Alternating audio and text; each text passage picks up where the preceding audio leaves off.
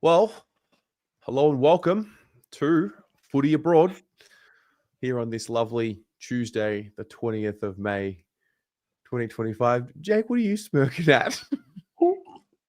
Keep doing the intro. Keep going. We are here on a nice, cold, it's not winter yet, I don't think, but gee, I tell you what, I'm feeling it. Fuck, it's cold, right? Jesus man. Christ. Oh, dude. I've got a heater. I've got an oscillating heater going. It is so bloody cold in my house. Yeah.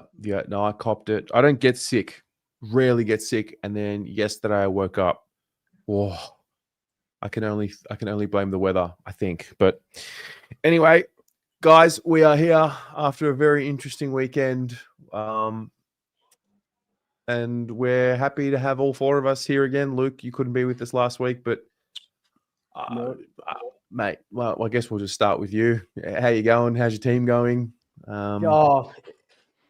It's good. It's good. We're 2 points clear on top of the table. Well, I've kept it in for 10 weeks, but it feels good to be back in some 2023 form, and just putting teams away, beating the Crows. It's our 10th win against the Crows in a row, which is just absolutely wild when you sort of think about it. We practically own South Australia at the moment because I think we have a 5-game winning streak against the Power, 5 games in Adelaide Oval, whatever it's called. It's been it's been good. It was a really good game. It was fucking like the weather. It was just pouring. It was very dirty game, but no, it's good on top of the table, and looking down at you guys, I'd say it's a nice change, but it usually always happens. So I actually went to the Collingwood Adelaide game. Yeah, I remember. You were saying in the group chat. Yeah, I wanted to go and watch real football, and just wanted to know what it was like to watch. Yeah, real football. Teams that are expected to do what they do, and they end up doing it even with expectations. So well done. Go Pies. Oh, God, I'm clipping that for the end of year celebrations. Yeah. Pommy, how about our Blues, mate? Friday night SCG. Yeah, mate. Just trying to inject some life into the corpse that is me. Day 3 man flu. Struggling. We've seen the script before, isn't it? I mean, at the minute, being a Carlton fan is reminiscent of the movie industry at the moment, isn't it? They've completely banned paedophile rings. They just have to keep doing 80s movies, and that's what we are now, aren't we? We're just doing the same plot line. You've seen it before. We've lived it, haven't we? But I mean, big week this week because we've got the most fraudulent team in the AFL. So they're bruised, they're battered. It's all right. This time next week, I'll be back where I belong, on the top. And the Blues will be back this time next week. The Blues are back. Oh, you know me. You never hear them words from me, but I'll be happy next week. You'll probably hear them from me. Yeah, it was.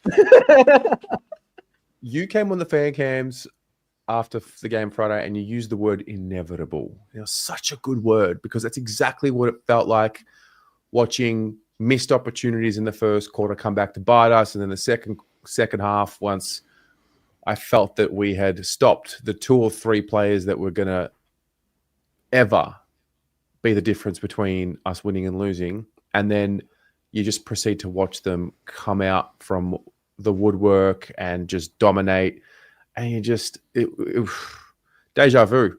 Same questions on the fan cams and throughout the week. Is it the coach? Is it the players? Is it the game style? Is it crash and bash? Is it the modern game? Literally, it's just getting so repetitive and so mind-numbing. But classic Carlton. So, yeah. Jake?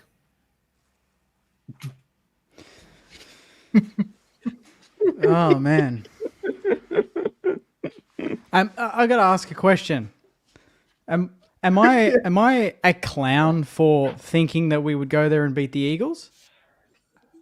No. Because That was because standards. they made. Nah.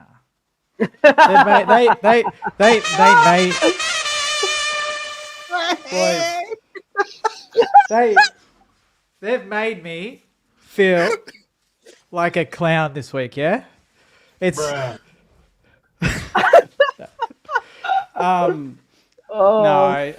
Look, you said inevitable for your game, and I hate to say it, but the vibe, not from me, but from St Kilda community, the fans going to this game was, this is a game we're going to lose.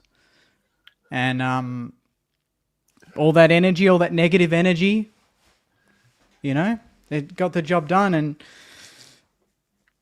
it had to be this week, didn't it? It had to be this week. We were just Had to be the Eagles. we weren't even in the game, man. Like, I don't know if you boys watched it, but we didn't fire a shot. We didn't fire a single shot against the bottom team that had not won a game. And I know they had some very significant circumstances and tragic, obviously, but I still expected us to weather the storm, you know, be professional about it, maybe not play the best type of football, but do enough.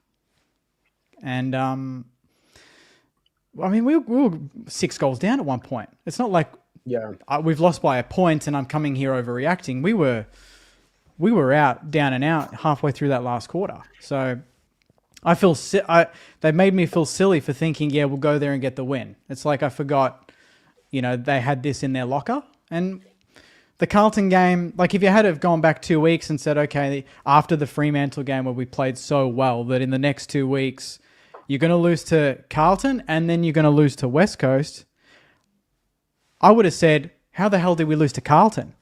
I can't believe that. No, that's a bad joke, but Probably not the time, is it? I promised I'd be nice.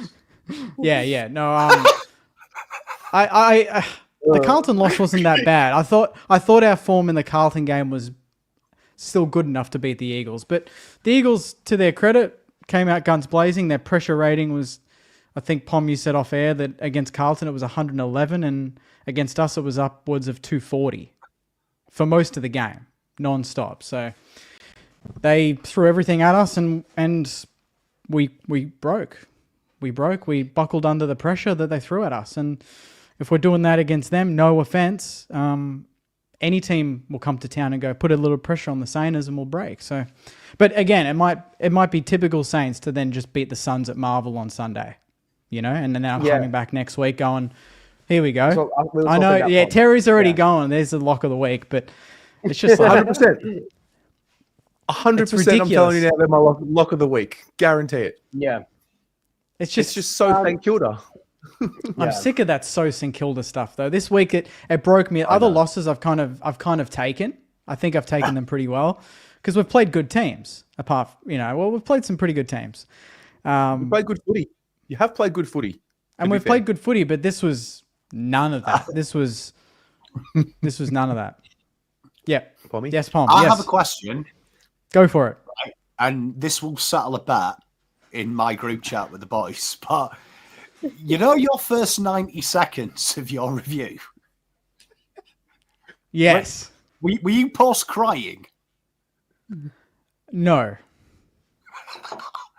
Did it really look like that? Yeah, looked like you were- I was actually going to cost me ask. a couple of $100. No, I didn't. No, I didn't shit.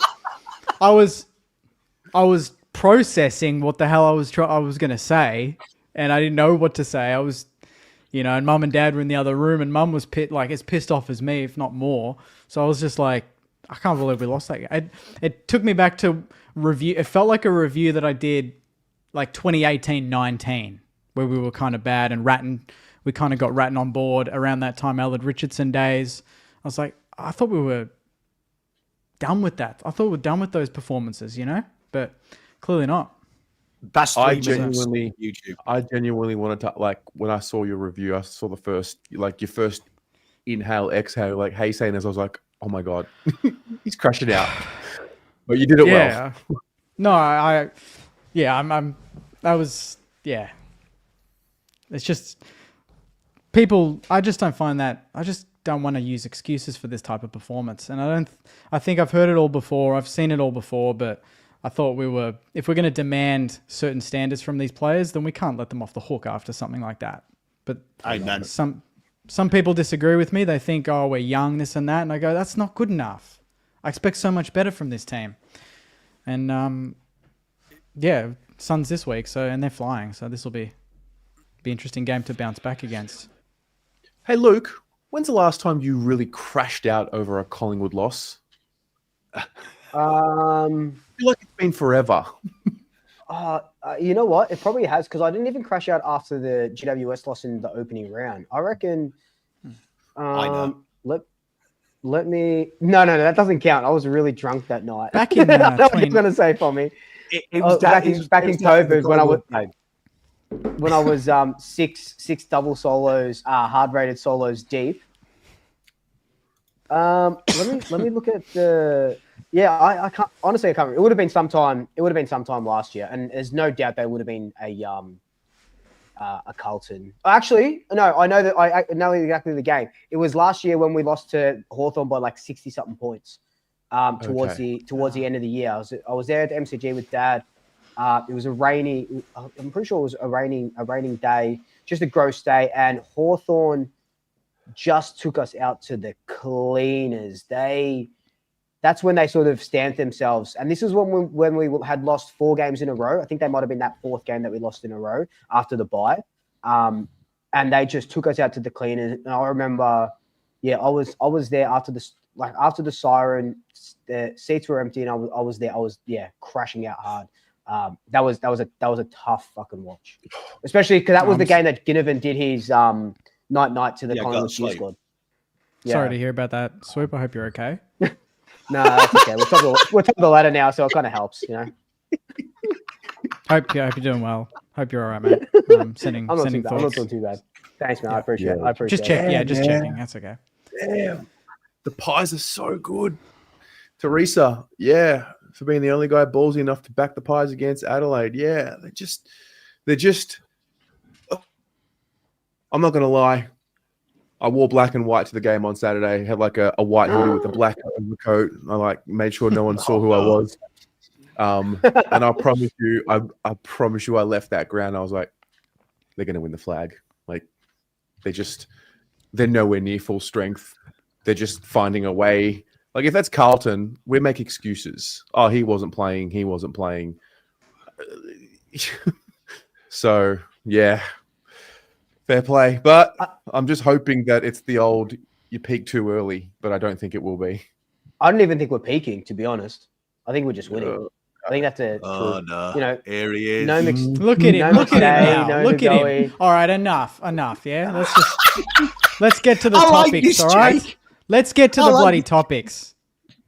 He's acting like they just won. He's acting like they just won a prelim. All right, they beat Adelaide by 10 points. Adelaide had chances. Jake, do you know what a prelim is, Jake? Jake, do you know what a prelim is? Yes. You know what? Why are you asking me? Why are you asking me, not these two? Why are you picking on me, mate? You're picking on me because you're just giving this. Anyway.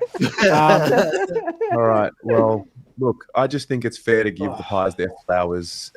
Yes, of course. Anyway, so anyway, I think what we'll do is we'll start our topics and our questions and go from there. Pommy, do you want to kick us off? I'm going to go first. I'm going to go first. Right. Okay, so chatting this week, I want to know from chat and you guys, who is your first ever idol when you were growing up? The first person you remember that's not family, sport related, who was your idol, who, if we had 5-year-old you would tell, and the obscurer the better. And obviously why. That's a tough one.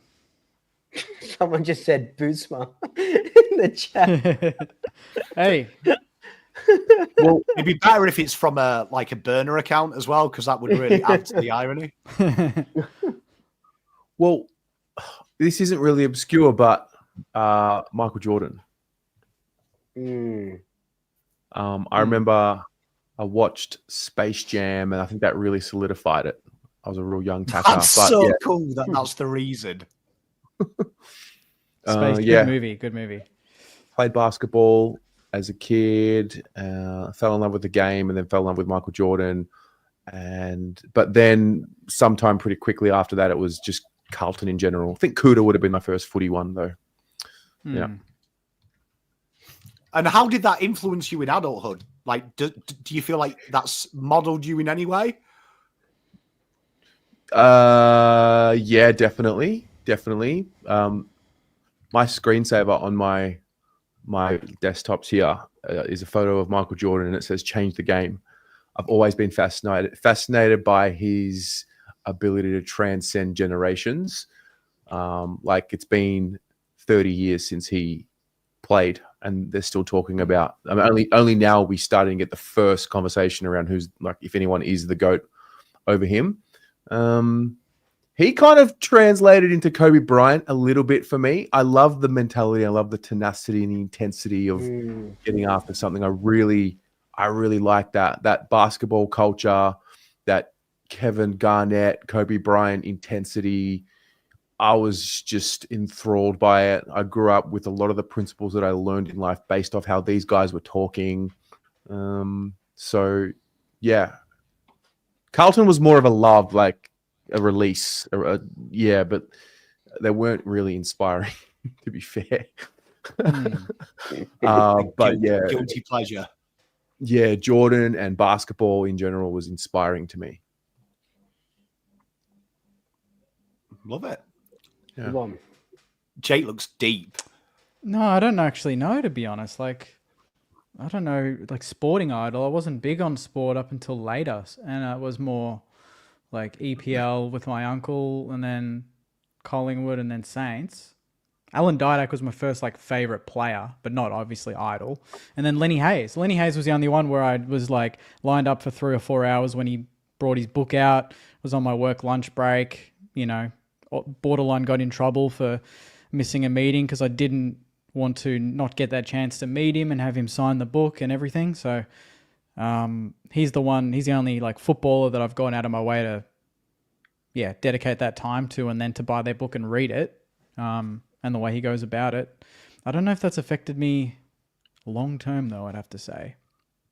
Like, it's more sporting idols, like the way I play football or the way I treat teammates and that sort of thing. But I don't know if it's maybe subconsciously in adulthood, but I can't imagine it'd be actively in front of mine, if that makes sense. Mate, I love it. Well, Andy Rodic, but I've said that before.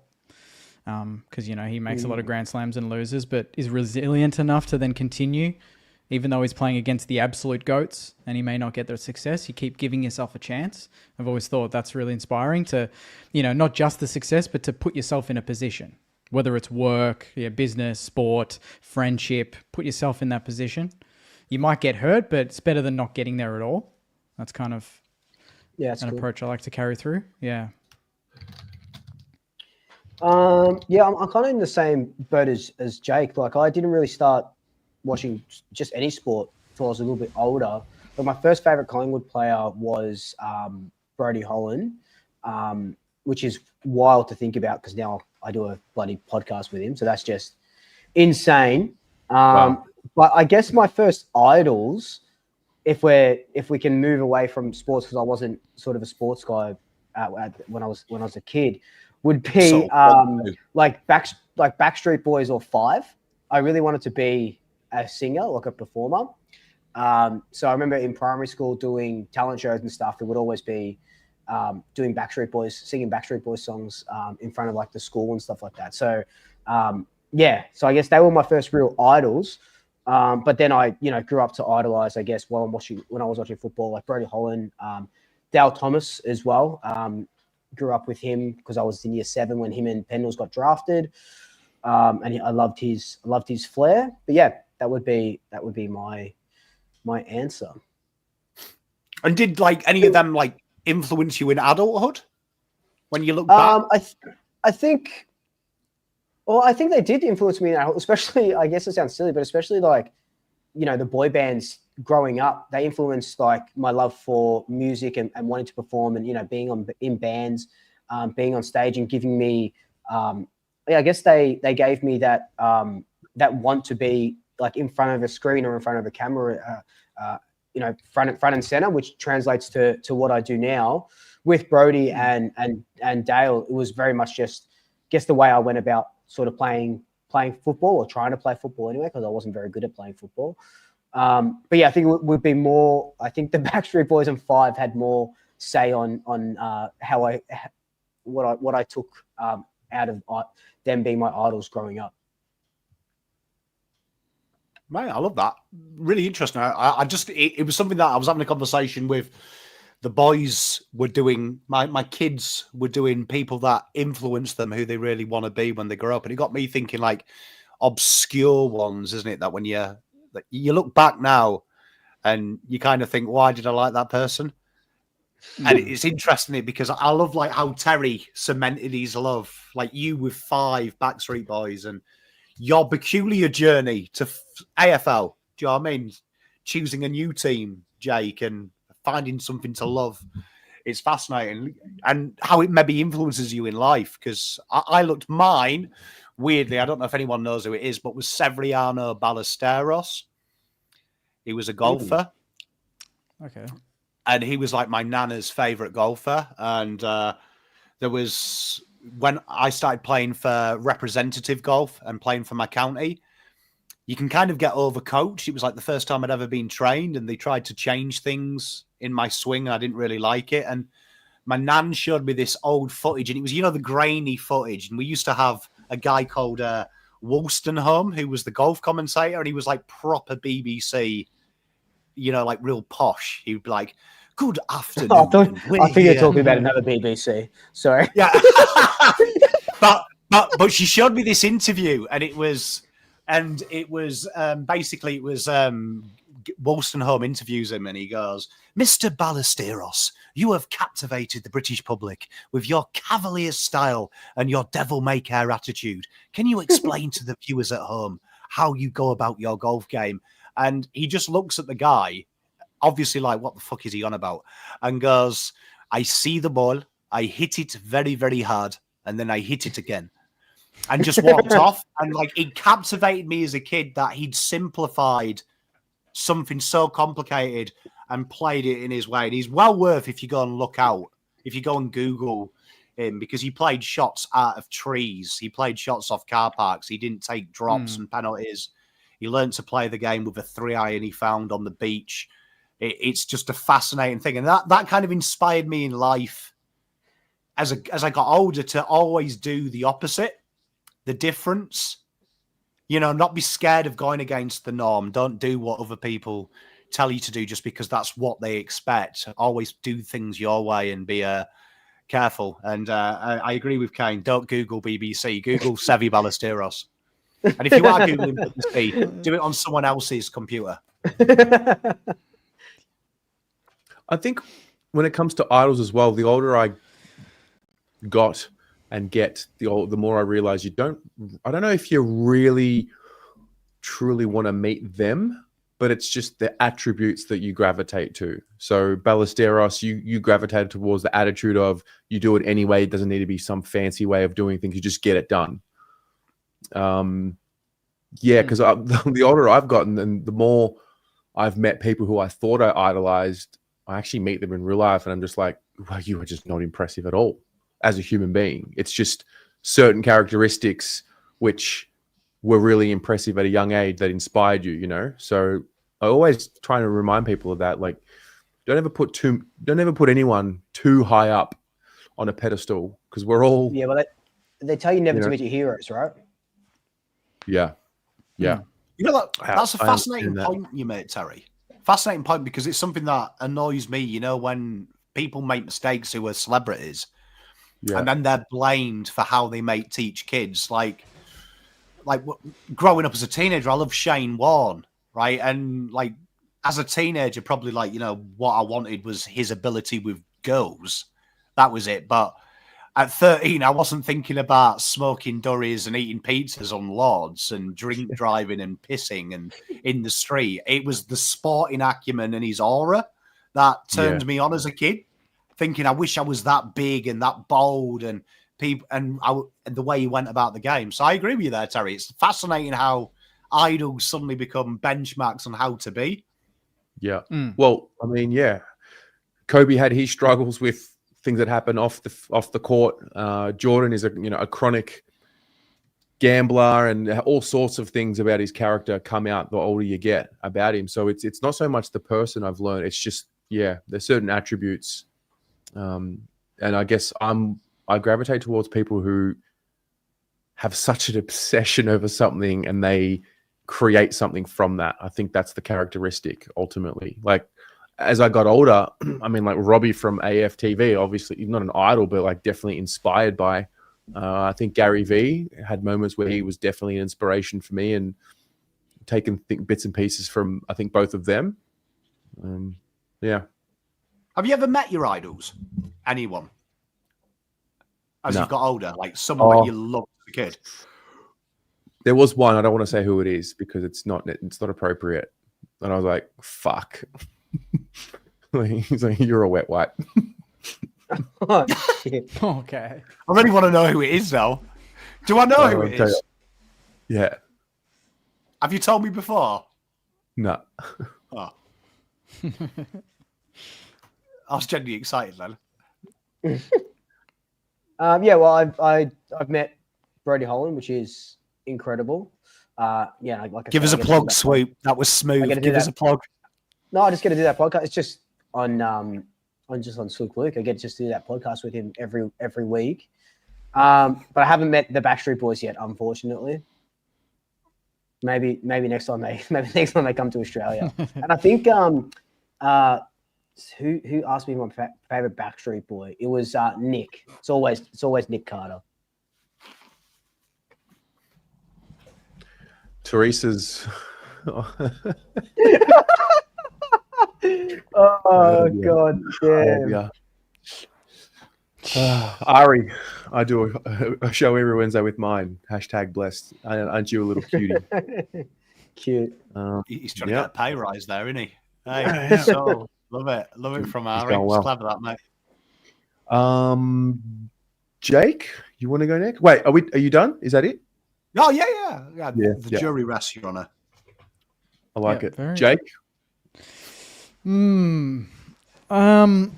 This might be very related to the week that I'm having, but I'm just curious on your thoughts on, I don't know, the payments and match fees and how that all works into the overall salary of the AFL player. If any of you boys know that, I'd love to hear it.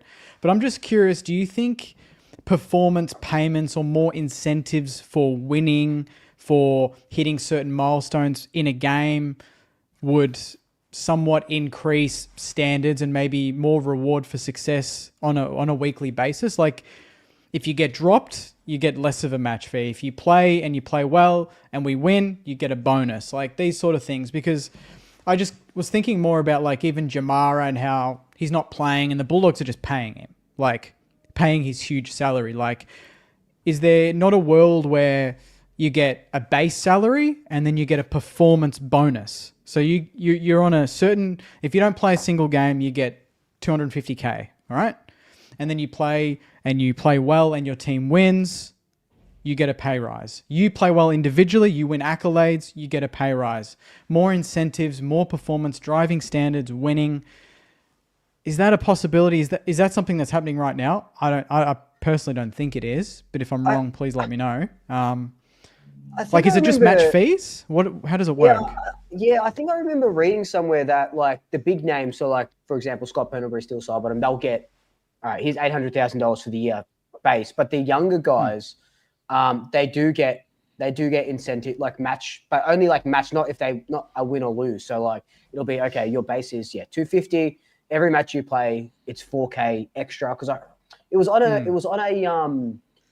podcast or something. Some ex-player was saying it that's how it sort of worked. But I know that there are everyone know that there are clauses where if you finish top 3 in the Copeland or your own best and fairest, you get more money. So that you're incentivized.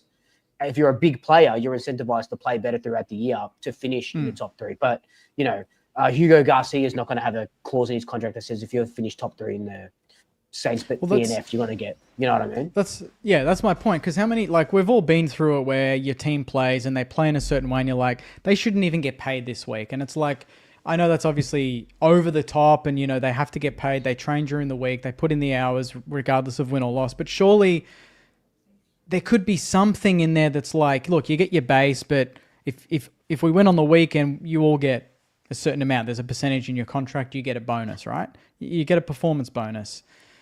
Do you think that's something that clubs could look at? Is that something that a club could drive and do on their own separate from the AFL, or is the contract locked in via the AFL across the board? So every team, you would know better than anyone, Pom.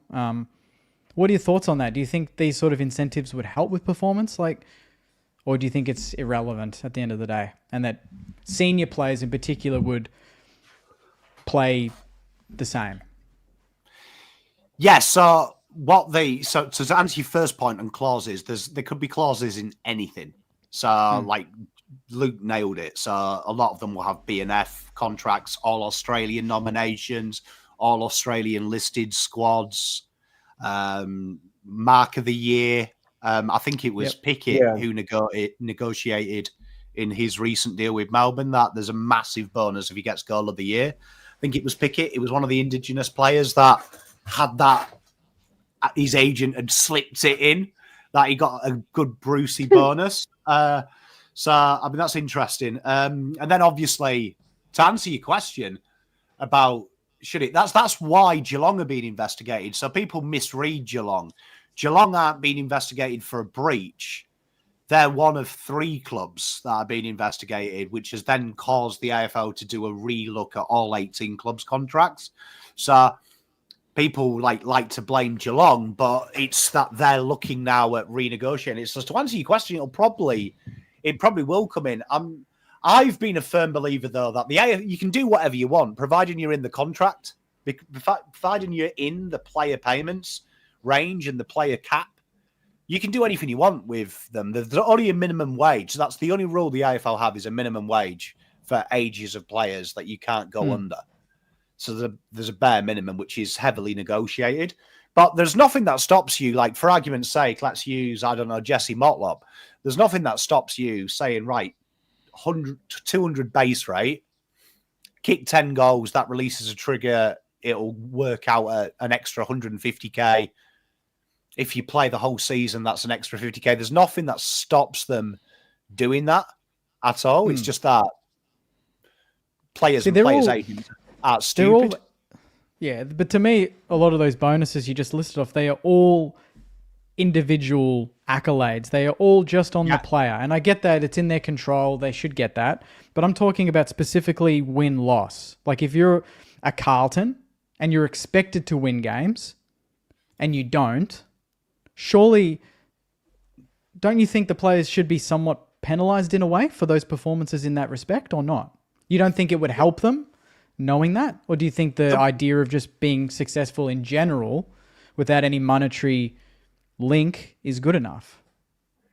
It would be. I'd agree with you that, but there will be clauses. Like I'm sure Patrick Cripps has a clause in his contract that top 8 he gets a higher tier.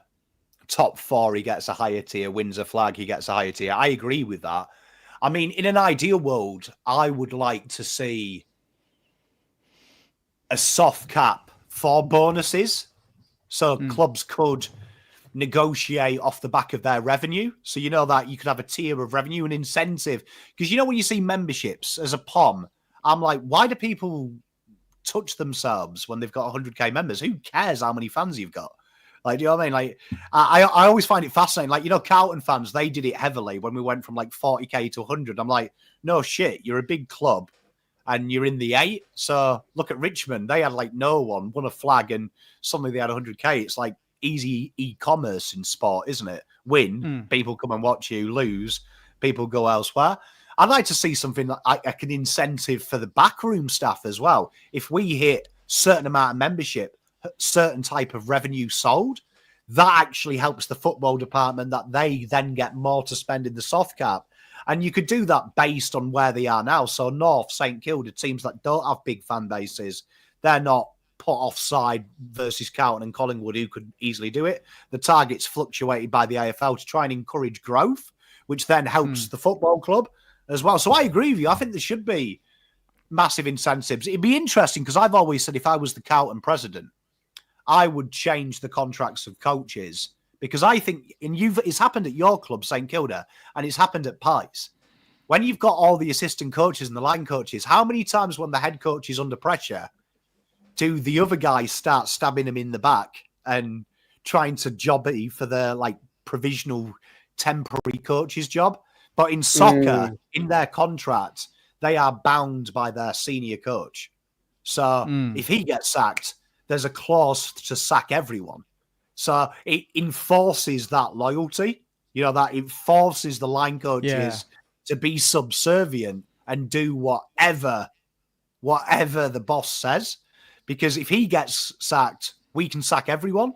So I like them kind of things you're suggesting. It's just the AFL Players Association has way too much power. Like, way too much power. So what you're suggesting could potentially mean they have to work for their money as opposed to just be guaranteed it. But you would get a better system, no doubt. Better sport. Some standards. Yeah, that's it. Yeah. I like it. I would be all but for it's it. like But one yeah, of them Fagazis. When you hear, he offered a pay cut, they don't actually take pay cuts. So, like when Cripps took a pay cut, what he will have done is he will have negotiated in his deal when the player payments rise, his salary as it is will rise in line with that. So even though he's taken a pay cut from what he's worth, most agents will insert a clause that if it's 800k a year now, if the player payments go up by 20%, Cripper's base will go up by 20%. So 10%, 20% of 800k is 160,000. So it goes up to 960. So it still takes up the same amount of cap space. But that's what happens. And like Hodge did a great video where he explained and dispelled the myth at Hawthorn that, yes, we all took a pay cut to be at the same price, but it kept the cap at the same because every time the cap went up, ours went slightly up together. So it's not like people think that like Cripps is playing for free or Steele's playing for free. He's still being paid handsomely and he's covered his ass. Yeah. Yeah. Interesting. Yeah. Just popped into my head and thought, I like it. I don't know how it works in other sports, but yeah. Yeah. Luke? Beautiful. Yeah, I kind of want to know. So the other day, on Saturday, I had, obviously Pies won anyway. I went out and stuff, had a big day, got home, and I just, even though all of that sort of stuff happened and I had a really good day, I just felt really defeated. Like I got into bed and I don't know if I was like overstimulated or anything like that, but I felt really, really just shit. Just really terrible. And I had a read of my book and got to sleep in a few minutes. And then on Sunday, I spent the day doing things that sort of rejuvenated my batteries when I was going, so I didn't spiral, because I know if I had sort of, I needed something to really pep me up to not make me spiral and rejuvenate my batteries. I want to know what you guys do to rejuvenate, your batteries when you do feel like down in the dumps and defeat. And I guess this goes hand in hand with the tragic passing of Adam Selwood and wanting to as men as well with a platform talking about it. I know we do that all the time anyway, but making it talking about it and I just want to know what you guys do and stuff like that. It's a great one. It's a great question. What do I do to recharge my batteries? Oh. Things that are out of my control that recharge my batteries: Carlton, footy, going to the Mhm. footy, winning, to be honest, which is out of my control. They can generally save me if I'm going bad.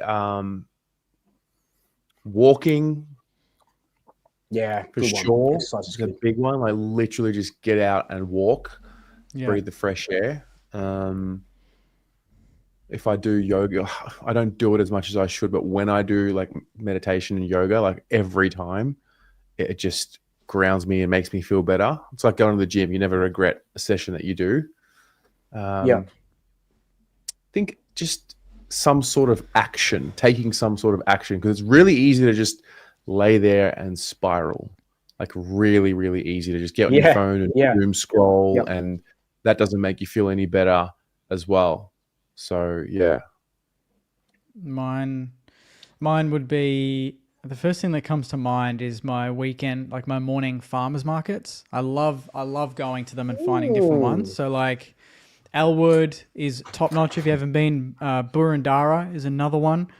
And I've started going on Sunday mornings. My parents actually found a really good one down like Latrobe Uni. I think it's called Kingsbury Market. Oh, yeah. I've been to Awesome that one. before. Yep. Yeah, I've been the last 2 Sunday mornings with them, and it was just really nice. Like even like you meet the people that run the stalls, and like my ex-girlfriend had stalls, and she would go to markets and everything, and I saw the amount of work that it took for them to set them up, get there 6 a.m. They may not even sell much, whatever you're selling, right? But they still rock up every single weekend, rain, hail, shine, whatever, and yeah, like to meet them and then recognize them, and they recognize you, like, oh, I saw you at the Elwood one, and you get to chat and you kind of make friends in that world and buy their product, and it's fresh food, and it just makes you feel good. Like instead of Uber Eats or just going to Coles, I love going and buying the fresh food, the bread, and you know your people there. You know this guy, you know their name. At Elwood and Burundara, there's Michael, who has his own little kitchen and cooks the best omelette in the world, and he's a Carlton fan, funnily enough, and we chat all the time. He loves talking about his old movies, and I don't see him in any other, like, that's the only time I see this guy. And I just love that sort of connection with someone that I only see in that moment. I won't see him for 2 weeks, and then the market comes up. I go back, we continue the conversation like it's been paused, right? So that recharges me the most, especially when it's like a cold Melbourne morning. You get the puffer jacket on, the sun's coming out, you know, the grass is kind of icy, and then you smell the food and you get what you need, and you go home, you're like, I feel pretty established. I feel like I've achieved something, you know? And then obviously indoor soccer is the big one, or futsal on Wednesday nights in Blackburn. That recharges me big time. That's the midweek Wednesday night. Go there and score a few goals and yeah, just break a sweat. Really basic stuff, you know? Good food, good fitness. That's all I need. Love that. Tell you what I don't do. I don't watch your TikTok at 3 a.m. when you're telling me that dogs only miss you because they can't smell you anymore. Mate, and that's absolutely destroyed me. That actually happened on Saturday night. That's when I crashed out and I felt really defeated. I was in bed, and you know, obviously, people watching who don't have me on social media won't see that. But I was in bed. I was just scrolling through TikTok, and I just, you know, everyone sort of scrolls through TikTok watching funny videos. Then I got to this video that was like, oh, you know, dogs can't tell time because they're dogs, but they can tell the time that you leave by if your scent is still in the room. So if you're gone for 10 minutes, they can still smell you, so they're not that excited. But if you're gone for 8 hours and you come back and they're all jumping on you, it's because they don't have your smell in the room or in the house anymore, and that's how they know by how long you left. And I literally was just bawling my fucking, and that's when I knew she's all over. I am crashing out hard. I needed a tea. I needed to finish. I needed to read my book. And yeah, so that was, yeah. And then I needed Sunday to rejuvenate my batteries.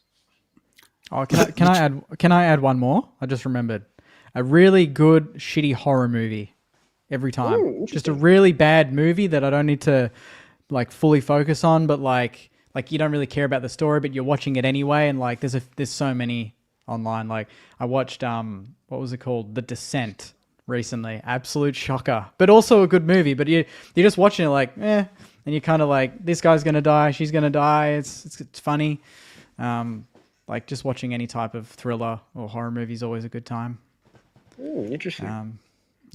Delve into my psyche there.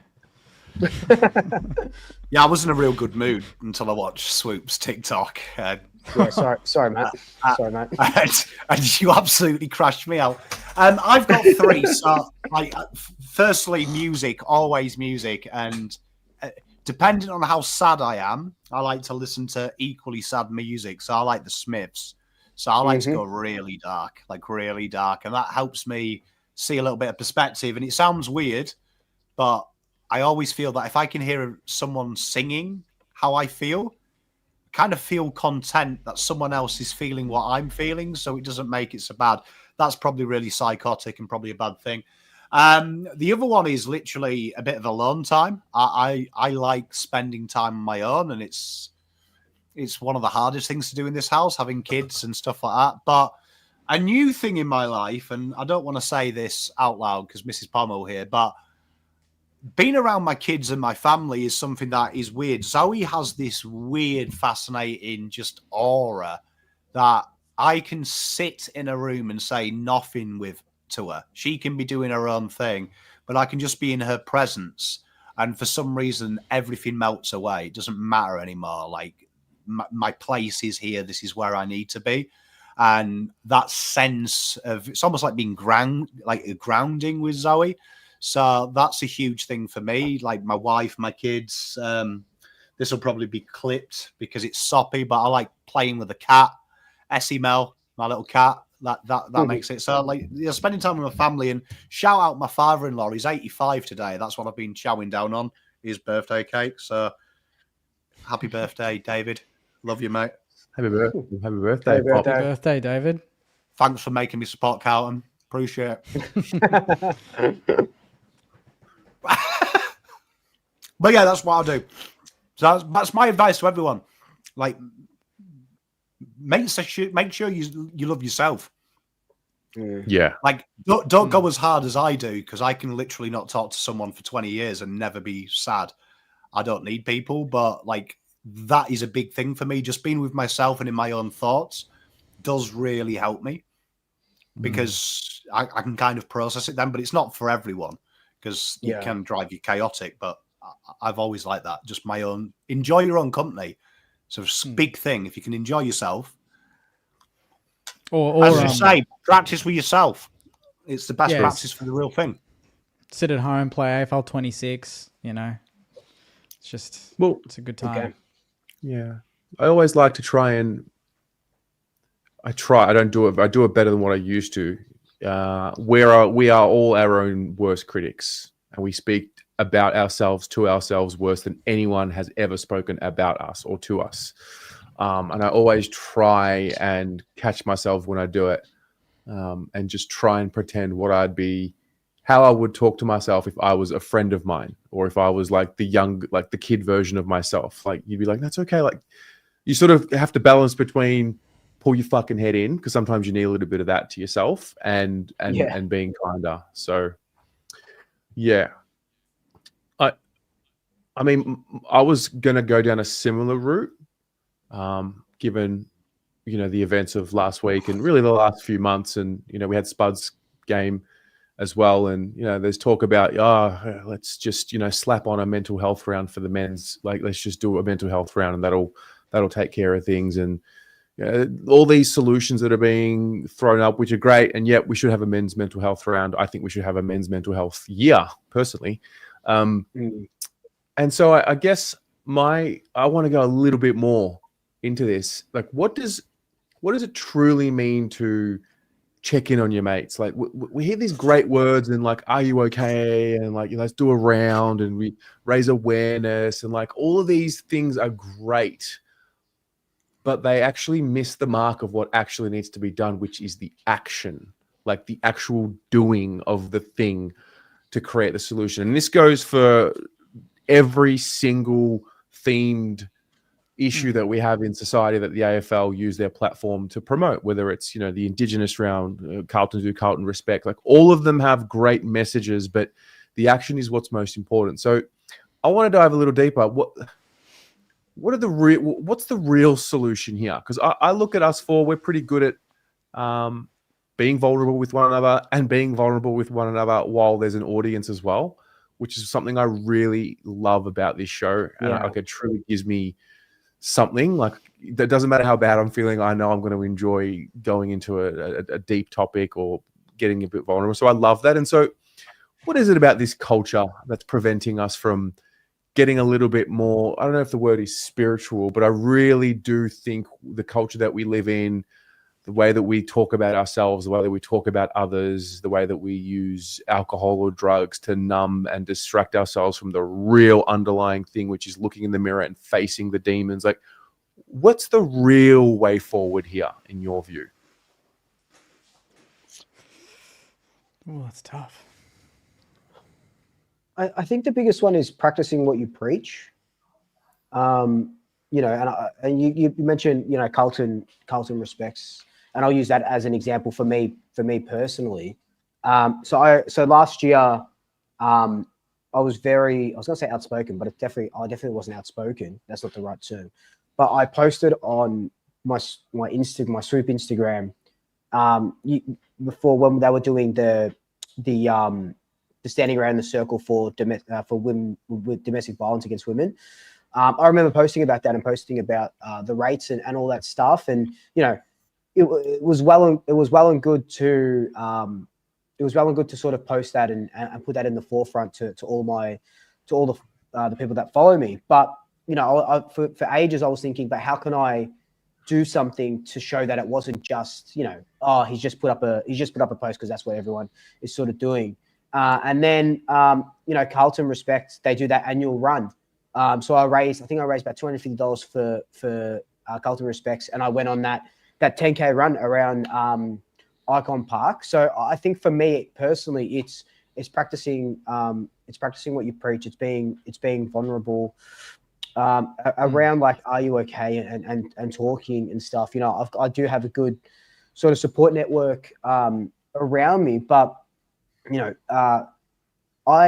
not one for, so like me and my best mate in the whole entire world, I was best man at his wedding. We don't talk every day. We talk once every couple of days or whatever it may be, but we're like ride and die. And if I said, mate, I'm not feeling too well today, he'd drop everything and come see me. And the same for him. Like, he's like, hey, I'm moving at the moment, I'm not feeling just too good mentally where I am. And I was like, yeah, done, I'll come help you, we'll have a coffee, we'll grab a chat, we'll have a coffee. So I think asking, are you okay, is a really good step, but it's the follow on from that,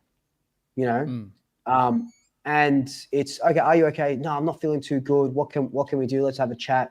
Hey, how about on Wednesday? Let's go grab a coffee. Like, like, I don't even do it a lot. I'm not one for doing that as much, and I guess that's not practice. Sometimes practicing what I sort of preach, and I don't do it much. I don't do it really at all with you guys, and I not because I don't want to, just because I don't feel like it's just not practicing what I preach. I'd love to, me and Jack, we've caught up like once for a fucking breakfast at that place, but I'd love to, catch up with Pom. We always say it, and Terry will always say it, and we just never do it. And I think that's the thing. Never saying it and never doing it is where a lot of people go wrong. You have to stick to your plan. I don't know if any of that fucking made sense. I was just talking. It did. Yeah, of course. Yeah. I think you've got to change the way society works. Yeah. Like for me, I see way too many posts. I see way too many, I'm raising money. I see way too much, I'm doing this, I'm doing that. And like all problems in society, you've got to look within. It's ownership. It's you are the change. It's not how can I be perceived by talking about it? I find all the causes that are in the AFL are absolutely fruitless. It's a box-ticking exercise, and genuinely, it doesn't make a difference at all. You look at every cause that's ever existed, your children know right from wrong. Your children know not to abuse people. Your children know not to to segregate people based on the color of their skin or their religious beliefs. They're all learned behaviors. You look at your children, they're the most beautiful, innocent people. When you're sad, they feel your pain. They want to know. Like when I woke up yesterday and I was coughing and spluttering, my kids wanted to make me feel better straight away. So for me, it's a bit of an accountability, and it's changing this of what can we do so I'm perceived better, and probably going back to a more traditional value of living that your achievements are yours and yours alone. You don't need external validation, which I think then kills mental health. Because mental health, from where I come from someone that did attempt to take their lives a long time ago, from someone that spent a good portion of his teenage life not wanting to be here, I find it nothing more offensive than I see someone post, "Are you okay?" Because I'm like, you weren't fucking there 25 years for me, were you? So are you fucking kidding? Do you know what I mean? And it's quite simple. And I think that it works two ways. Something I said on my live last week when we were talking about Selwood, told the chat how much they mean to me, because I also think it's a two-way street. It's a two-way street. Sometimes we need to tell our friends how much we appreciate that they have checked in on us, because how many times do you sometimes check in on your mate and they go, "Nah, I'm all good, mate. I'm good." And it pisses you off when you find out he's not okay and you're like, "Bro, I was there for you." So I think it's also making sure that it's that two-way street. And I think it starts with, we've got a chance to redo it, haven't we? And I look at it on social media. I never forget COVID and the amount of wet wipes that posted 3 vaccinations and said doing my community bit. And I remember making that big point saying, I wonder how many of these people in 2 years' time, when COVID disappears, care about mental health. And you know what? Most of them I haven't seen comment about it. But it's quite simple, I think, Terry. Do something about it. Like, instead of talking about it, do something about it. I see a lot of famous people push agendas. Abby Chatfields of this world, Jordan Petersons of this world. Shut the fuck up and do something. Affect your circle, because when you preach to someone, you can't fix it. But for men's mental health, you know what I do? I make sure that my DMs are always open. I make sure that the people that are in my life now, that they are secure. And you know what? You know the one that really annoys me? Text your mate, "Are you okay?" How about be a good friend and fucking know everything about their lives? Because that's what a good friend does. A good friend has that relationship where you are so open that you can see the mistake before it happens. You can see the change in the mannerisms. You can see when he's holding something back or she's holding something back. It's about actually putting some time and effort in. It's not as simple as sitting here. And I reckon that society right now, that's where it is. I think a lot of people are so misguided that they go, "I do November in November. I'm a hero. I'm a hero. I'm so good. I did the ride for Spud. That's okay now. For the next year, I'll do fuck all. I'll just look after myself." That's what it's all about. But in reality, shouldn't need a day. So, like, for me, Carlton Respects, fruitless exercise. Indigenous round, fruitless exercise. Mental health, another fruitless exercise. The real skill is we as people stop looking to condemn every human being that makes a mistake. Look at every mistake as an opportunity to learn and educate them and educate ourselves. And when you realize that all of you are bastard, horrible human beings to its very core, and if the Bible is true, every single one of you will burn in them infinite fires. That's when we'll start having change. When you realize that I'm no better than anyone else. I make mistakes. But you know what? There's nowhere better. I told you about Zoe in there. There's nowhere better when you have a connection with a human being that you can fuck up. You can fuck up and feel loved. You can fuck up and not be scared. And that's something that I try and do with my kids. I want them to know they can make any mistake possible. And I'll fucking punish them. They're going to be in a lot of trouble. But the beautiful thing is there's going to be some love, some hard love coming back to build them back up. And that's what we need to do. And at the moment, society, whether it's racism, whether it's domestic abuse, it's about bagging everyone down and then raising a minority up or raising a victim up, when it should be, right, everyone starts on level field. Let's lift everyone up together so no one feels left out and we move on together. And that's never going to happen. Do you know why? Because all of you have ego. So no one can ever take a back seat, really, and let someone else get ahead of them. You only ever teach a great... I remember a golf coach told me when he was dying and I got his job, so he was actually really ill. And he said, I didn't train you to be as good as me. I trained you to be better at me. And he was like, that's the difference between a great coach and a coach. A great coach will train you to be better than me and surpass me. A bad one will always hold something back so he has something above you.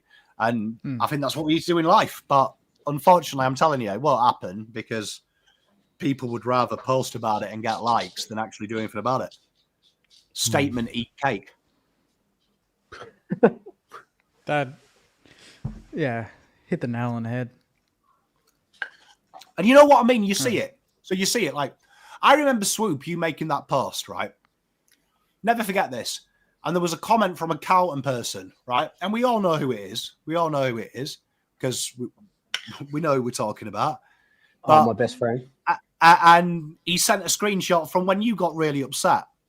And you screenshotted their Facebook profile that happened to have where they worked, right? You made a mistake, an egregious error, right? What is fascinating about that is that person in question has some real dark things that they've done. Some real dark. I'm not going to go into it because I'm not that type of person, but this is the type of people you're dealing with. So then they had to call you out on you publicizing a campaign for domestic abuse and going, 5 years ago, you were at a low ebb and you've been open about what you were going through in depression. Someone had pushed you overboard, bullying you. You've screenshotted their Facebook profile. You hadn't, and it had their workplace, right? And straight away, you are a domestic abuser, Swoop. How dare you do this? Someone could have gone round. And that is what I'm talking about. Everyone in society has such a boring life, such a depressing life, such a lack of self-respect that the only way that society allows you to feel something is by being above someone else. And I'm telling you, right, look, guess what? Kid reached out to me last week and said, Pom, you're one of my favorite YouTubers. You're like a role model to me. And I was like, mate, get a better fucking role model, mate, because I am so flawed.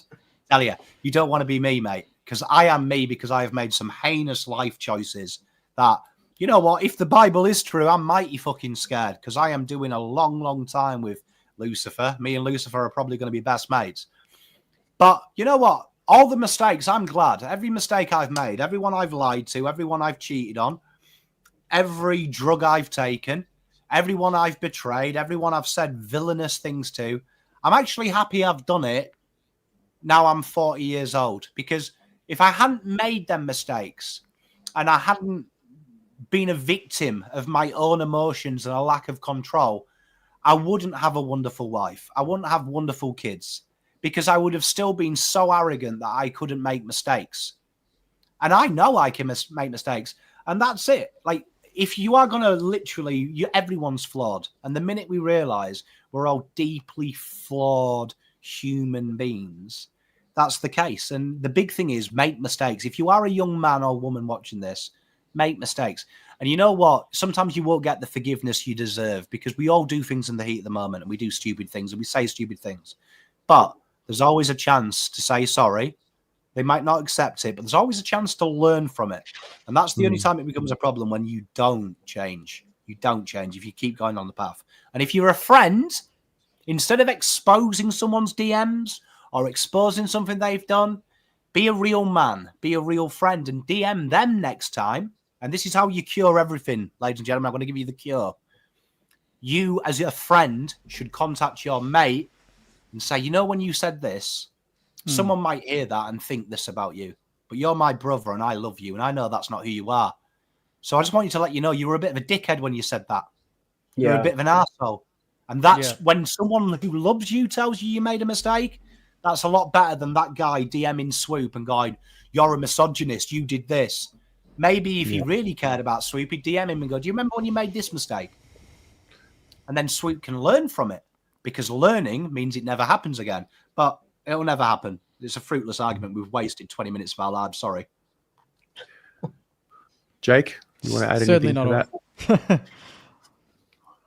I don't think I can add. I mean, I'm just thinking from my own personal perspective, being vulnerable to certain people in life. And it's also different parts of my life, even like calling you earlier today. To me, that's really important, you know, to connect with you, Terry, and get some advice on something that's really important to me and you actually taking the time to listen. It's that sort of situation that I think everyone, like the key thing is that people have those people in their lives, but it's sometimes they don't know they're there, you know, and that's that jump that they need to make.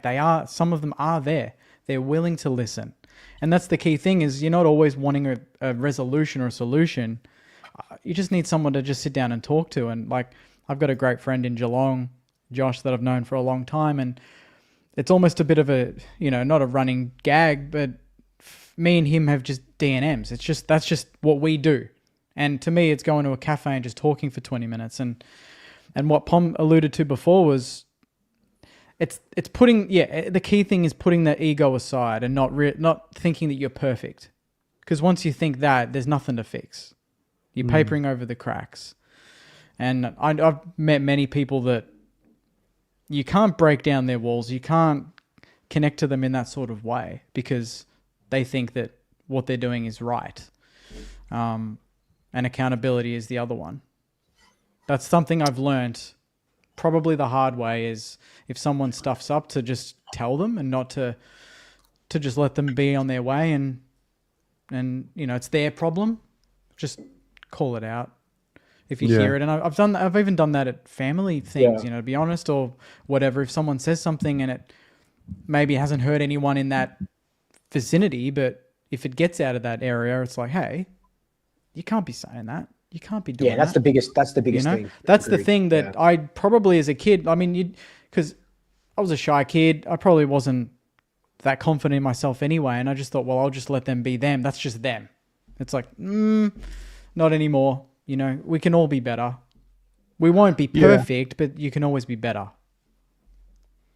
I think I've definitely learned people cure these things for themselves in different ways. Like I don't really open up, and when I'm going through the shit, when I've been in the darkest of darkest times mentally, I haven't really opened up about it publicly. I mean, very few do. Like Luke, seeing the way you open up, like that's really inspiring and brave. I don't have. If it's in a conversation, I think I can do it. But you ignite the conversation with some of the content that you make, which is like incredible. Thank you. Like you really, you know, I don't have that, you know, in me. But if it's in a conversation, easy done. No, I'm a bit more secure and safe with the four of us and a couple hundred people, which is a weird thing. But yeah, Pommy, when you spoke about like you at the end of the day, you have to accept and own it for yourself. Like I've got a friend at the moment who I don't know what to do. He's no good. And I've had many times where I've brought him over, we sat down. He doesn't want to acknowledge that he's no good. And it's like, I can only be here so much. I need you to be there for yourself and acknowledge something's not right. And, you know, and it's really difficult. So from a friend perspective, it's hard to be there. For myself, I don't know, there's something about the nitty gritty and just getting to the next day that has worked for me, and just knowing that the good times are coming. I just don't have it in me in this part of my life where I'm like, giving up's not an option. And if I ever truly, truly need to open up to someone, I'm lucky I've got my sister. My sister's really good. My best mate who lives in Norway, he's really good like that. So yeah, I guess, you know, you got to find your support network as well and people that you trust. So yeah. Yep. That's the key part. Yeah. Yeah. I think the most important thing as well, Terry, just to touch on what you said there, is it's very important as well. I think sometimes society tells us we have to be there. Yeah. And you don't. You don't, because sometimes you always have to protect yourself. And the most important person to protect in life is yourself. So to cover what Jake said and you, sometimes people don't want to acknowledge that. And that's where you've got to make a choice. Is this affecting me? And am I going to go down the rabbit hole? Or do I have to pull away? And trust me, the most important person in my life didn't talk to me for a year, my pop. For a whole year. When I went to rehab for heroin addiction, we had a phone call where he said I was dead to him. And I can't tell you how much that hurt me. And I don't think I've ever recovered, but I lost my idol. I'd lost my idol and I needed him. I needed him so, so bad. And I don't think he realized how much I needed him. And I understood where he was coming from. It was the ultimate betrayal. We had a relationship growing up that my pop used to say, you could murder someone tomorrow. And if you tell me, son, I will fucking find a way to make that body go missing and you get away with it. And I'll deal with you. But always do it. But he had to walk away because I'd betrayed him. And luckily we had it. But sometimes you've got to walk away. You've got to. And you can't force yourself there because I've seen good friends of mine be with mates that they have who are going down the spiral, and it affects them as well. It affects them because sometimes people won't. And you know what makes me sad, Terry? What Swoop does is that's the most masculine thing in the world. Young men out there need to do it. Being open with your weaknesses is the ultimate strength for two reasons. One, your enemies never have power over you.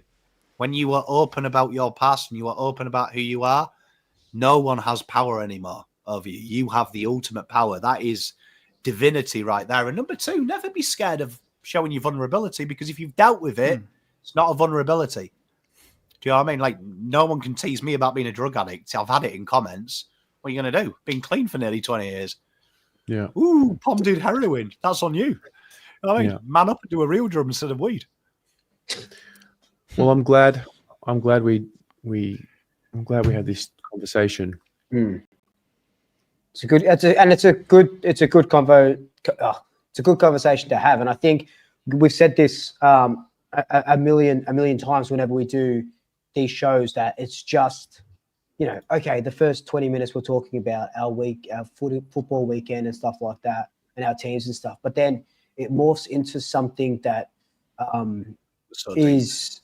Yeah, and I think that's the beauty about it, and I think that's why people gravitate towards this show. I know it's across all of our channels and stuff like that, but no one's doing what we're doing and having these conversations, and I think it starts with us. It really starts with us. Well, I think, I mean, we'll keep having these conversations, no doubt. So I think it's a good time to get back onto the footy, which does bring us joy and also heartache. Was it? Actually, no, it doesn't bring much joy. Does it? Every so often.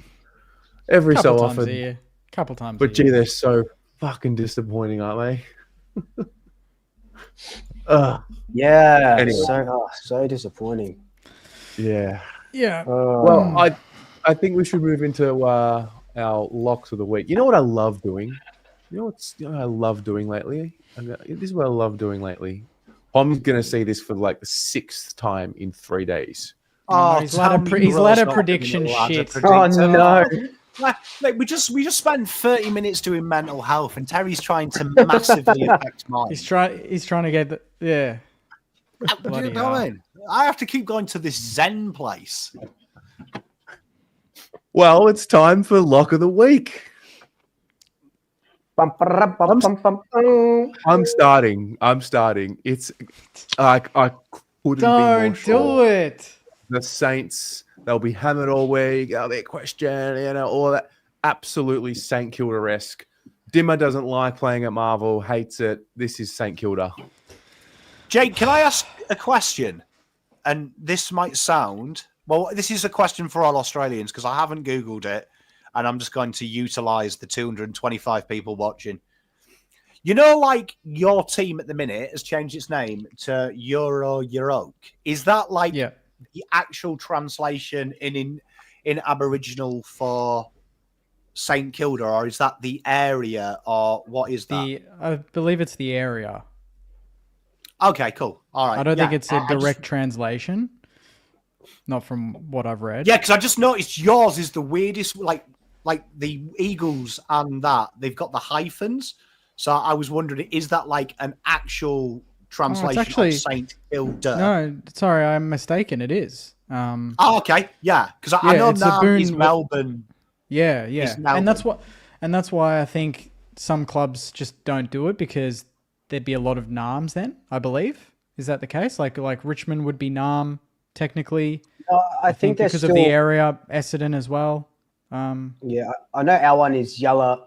I'm gonna mispronounce it, but it's Yalla Biraung or something. Is Yeah, yeah. actual Collingwood, or Vic Park, or wherever it sort of is. Have But in you saying that, Okay. I've checked. Yeah, I think it is because they did a Consider Yalla me Biraung. educated. Yalla Biraung. It's yeah, it is. It's the Collingwood area. Yeah, the area between, it's like around Fitzroy and Collingwood. So Okay. does Carlton have one? Did you have one last? I thought you had one last year, or am I mistaken? There was an article we that had are- all the different names. I'm not even going to pronounce that, but it says that we would be on the lands of the Warring people. Sorry for massacring that. I tried my best. No, ours means the grinding stone place, or place of the grinding stone. That's Euroke. That's really cool. That's a cool name. Can I remember the Maoris? Like a lot of the Maori places, like Mount Moganui, is because the English like asked the Maoris what it was called, so they'd be like, "We call that mountain. What do you call?" And that's why it's actually translated in English as it's mountain, because the Poms were like, "Oh, Moganui." They were trying to tell us it's a mountain. We were like, "Oh, so you call it Mount Moganui?" And it actually roughly translates that we've massacred it to mountain, which always made me laugh. When I was like, you could just see an English person going, yeah, that's great. We'll just call that Moganui, yeah? So, do we have locks of the week, guys? Oh, sorry. Oh, Oh yeah, my luck of the week is Carlton. If you can't beat the Giants, you may as well just fold. Thank you. well, I mean, I don't know if they'd be my lock, but I said last week to Pom that you'd lose to Sydney, and then I can see you smacking the Giants. I don't know if that means I said that last week. Like, you can go back to last week's episode. He did. I think, I don't know if they'd be my lock, but I'll tip Carlton. But I think my lock is the Bulldogs at GMHBA. Ooh. Yeah. Oh, I'm loving- Really I'm think loving- that Bailey Smith isn't going to play after he didn't train today. There's no fucking way he pulls out. Look, even if he doesn't play, I think they still win. I think they're no, playing that 100%. good at the moment. 100%. But there's no way he doesn't play. No, I think he'll play. Although, yeah, it's Thursday night. The Dogs be at touch and go. GMHBA. Fair enough. Pommy? I think that, What's your... yeah, that'll be it. Oh, God. You've left me some fucking shit, haven't you? North. No. That's You know honestly a banana. It's honestly a banana. You know peel what? for us. After me and last Luke year, talk- yeah. Me and Luke talked about it a lot last night, on Monday night. It was the Saints game, but also this game. The most Port thing ever and the most Fremantle thing ever. Port to win. Yeah. Yeah. Like it really is. Like, honestly, if there was ever a situation, Fremantle look like they've got it together, Port look like they're about to fold, it's Port win that game. And you just don't know what you're doing with your life anymore. Even Melbourne. I didn't see that. Melbourne against Sydney at the G. Yeah, that's 100% Melbourne, though, isn't it? Because they've got no team Even left. Richmond over Essendon as well could be a cheeky. How's it going? Well, There could let's be tip quite a the bit rest. of upsets. Let's now tip the rest. Essendon, Okay. Richmond. I think Richmond is my vote. I reckon bollocking from Brad Scott, Ethnics boys get up, who's in chat. I'm backing you in, mate. I wouldn't go against you, mate. I'm here for you. I'm tipping the Bombers. Yeah. All right. I'm 100% calling the Bombers. Bombers fans out there. Mm-hmm. I want Richmond to win, but yeah, Essendon's a safe tip. The Bombers will win. They'll be 8th. Carlton will be 9th. I just know it. We'll play them after the bye. It's Hawthorn, Brisbane. Hawthorn Brisbane at the MCG. Hawthorn. Yeah. I think Brisbane's form. They got through a few wins early in the season and they weren't at their best, and now it's sort of catching up a little bit. And Hawthorn played well last week. They just lost in a really good shootout to the Suns, so I don't think their form's poor going into it. It's at the MCG. I'm going to go Brisbane because they're the champs. Hawthorn. Briz fraud. Really? Nah, I'm only joking. Okay. But I am tipping Hawthorn here. Oh, so Luke, who did you tip? I said Hawthorn. Yeah. Okay. You. All right. Hawthorn it is. Anyone up for North Melbourne to beat Collingwood? No. Nah.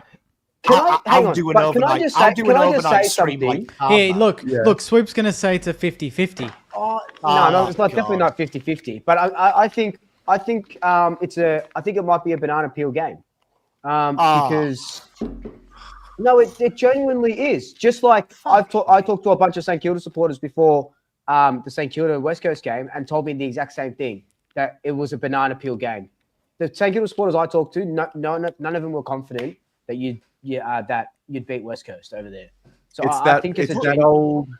It's that old. If your mentality is off by 5%, you can lose to any team on any given day. That's 100% what it is. There was no way Richmond were going to beat Carlton at the start of the year. No one would have You're comparing yourself to St Kilda that were what 5 and 5. You're 8 and 2, bro.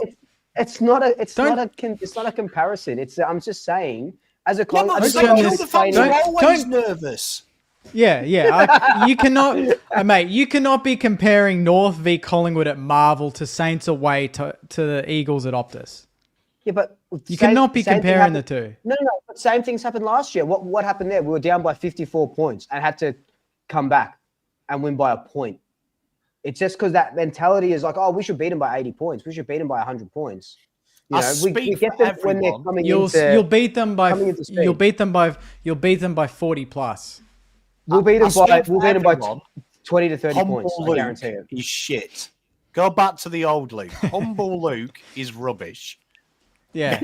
He knows they're going to flog him too. He just doesn't want to say it. He doesn't want to get clipped. Okay. He'll have this next. I'll give you this next week. I get where he's coming from. I do. I think we'll win by 20 to 30 points. You can ask any Collingwood player, supporter. Banana skin game, 5-goal win. Pardon? You played. You said banana skin game and you're predicting a 5-goal margin. You're more confused than Scooby-Doo. 20 to 30 points, yeah. You're a 2-goal a quarter better team than North already. So that's what? 50 points? To me? All right, we'll see. Under the roof? Mate. We'll see on Tuesday. All right. Moving right along. Adelaide, West Coast at the Adelaide Oval. Eagles. What?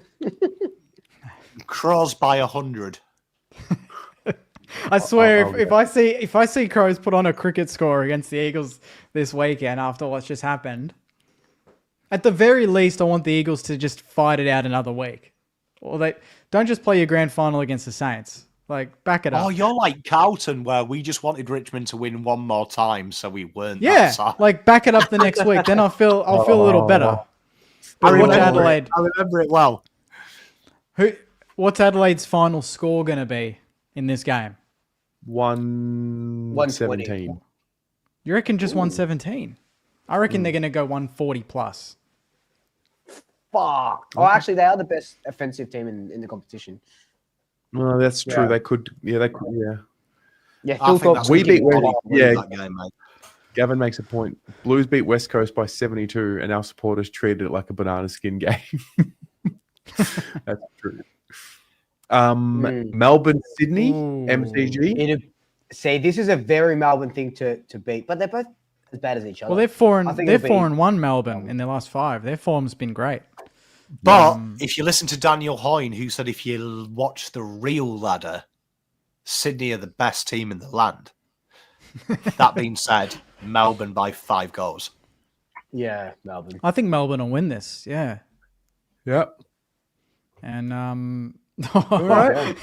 we're not even voting on the last. He's not even putting in screen. There we go. So we all vote. Wait, is anybody else going to tip St Kilda, or is it just me? No, I'm pretty sure I tipped St Kilda in my actual tips. Yeah. Hang on. This is quintessential St Kilda. Quintessential. After the bad loss that everyone's so angry about and, burn down the walls, it's like you win the next week. The Suns are flying. They're no good at Marvel. It would be the most Suns thing, though, in the world, wouldn't it? To Yeah. lose at Marvel. But don't Yeah, you think I they tipped- already did that with Richmond? Surely they're not going to. Oh, you did. Okay. Tipped Saints. Yeah. I mean, I'm not trying to sell the Suns. I want us to win, but I'm just saying, if they hadn't have lost to Richmond yet and learnt their lesson, I feel like that's that loss that they had. But I mean, if they do it again, I'll take it. Yeah, it'd be interesting. I'm just scared of what Ben King's gonna do.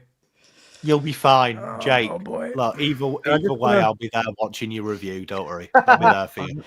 I also Jay just want Dub to flag said- something. Sorry, go.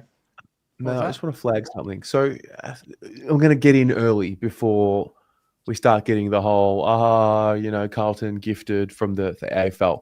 Just so you know, round 24, Carlton play Essendon. Okay? Essendon also have to play the catch-up game with the Gold Coast Suns. That's going to happen on the Tuesday. Carlton will then play the Bombers on the Saturday. So don't is that start happening on the... Tuesday? Yeah, so just getting in early. I don't want to hear the AFL gifted Carlton a spot in finals.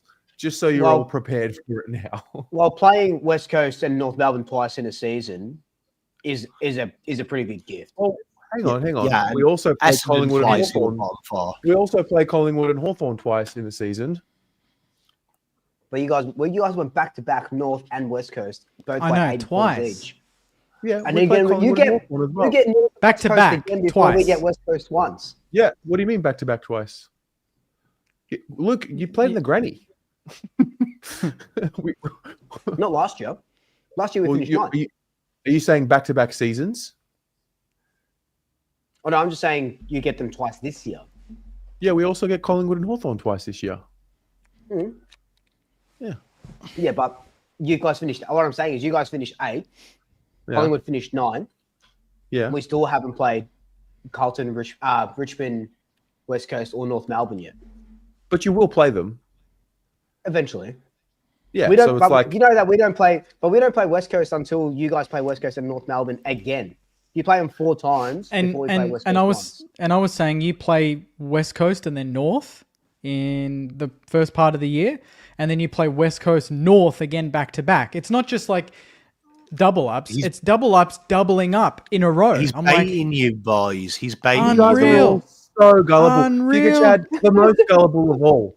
The most gullible of all. And you're clearly not tuned into the Blue Abroad YouTube channel because I've been saying we've been gifted I've just got. on a platter and we've thrown it away. I've just got. I can't believe breaking news: 2026 fixture. First 3 weeks just dropped for Carlton. Round 1, Richmond. Then you got North and West Coast. Not a bad start to the year. Can I Shit. just ask, why do 0 we get and so 3. obsessed with who plays who in the first 10 rounds as opposed to like the whole fixture's got to play out? So, I think the Pies are about to start playing all these bottom 4 teams now. Is that right? Like, is in the next 4 to 6? Like, so what? In the next 6, yeah. So like it all plays out. Yeah, in a way. And if they're all gimmies, then why didn't Carlton? If they're all gimmies, then why didn't Carlton beat Richmond? And why didn't St Kilda beat West Coast? That's the other thing. Yeah, depends how you are on the day as well. Suck. Yeah. Yeah, I was going to say the answer's obvious because we shit. Pretty. Is that a that's not a trick question, is it? I mean, Oh dear. Well, Good was a good show. sesh. Good was a good sesh, sesh. as always. Yeah. As always. Yeah. Yeah. Any last words before we wrap it up?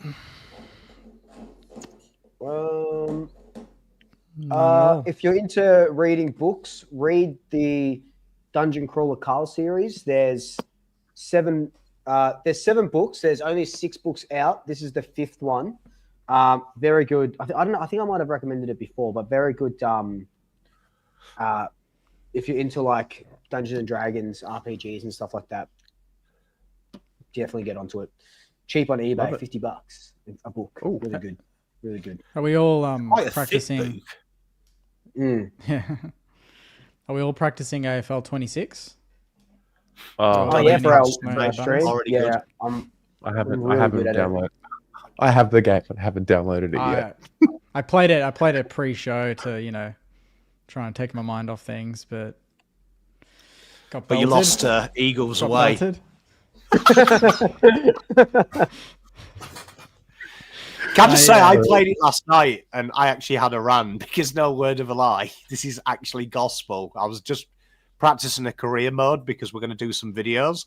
I was just getting my head around the system and no word of a lie, but I was playing it on hard difficulty and Motlop conceded 50 that lost a game against Brisbane in pre-season. And I was just like, can't get away from this shit. What is going on? It is actually. I can't wait. It is actually way more fun than this year's. Yeah. one, I have to admit, It's- it does it's a lot feel like better. I can chip the ball around and have a game plan compared to just chaos, tackle, ball falls out. So it's. Are we It going does to feel do better. that? Are we going to do it in the bye? Have we all Yes. got the bye at the same time? Yeah, for sure, for sure. No, we Oh. don't. No, we don't. Don't we? Blues have the I- bye, and then Saints have the bye the next week. I think Collingwood have it round 12. We'll just do a special Yeah. Tuesday night where we do our show while playing. Like it's not that hard to do Yeah, both. that's true. That's a good idea. No, but I mean, we should be in the same room. That's what I mean. We will Yeah, do but it. yes. We'll do it in a studio and organize I'll- it, and then we'll just do our show at the same time. Me and Jake can finally just glass each other instead of just having a needle over the airwaves. I really need to No, get the I'm- game. All right, fine. Yeah. All right, guys. Hopefully, have a great night. This time next week, we're all going to be winners, boys. We're all going to be Yeah. winners. We will be. We actually will be. Yeah. we're all I gonna can't be wait to be winners. the only one that doesn't win next week. I I'm can not just coming feel on Look at next him. Look week. at I him. can just feel it. I can just Oh, fucking feel it. Swoop, honestly, Look at him. shut Look the at him. Fuck up. Boot him out of this. Terry, It's a you're- 10-goal win, mate. Don't worry about it. Oh, dear. look at it. He knows too. You can guys don't, see the you guys little. don't get it. You guys don't get it. You guys don't. Oh, you're telling me I don't get it, do you? He's telling us. You guys don't He's get it. telling us. He's telling us that we don't get it. You see me, guys yeah? don't get You it. see me, You guys don't get it. You don't get it. mate. Who's admin here? Boot him out. Let's go. All right, let's get out of here. Good night, everybody. Good night. See you guys. See you guys.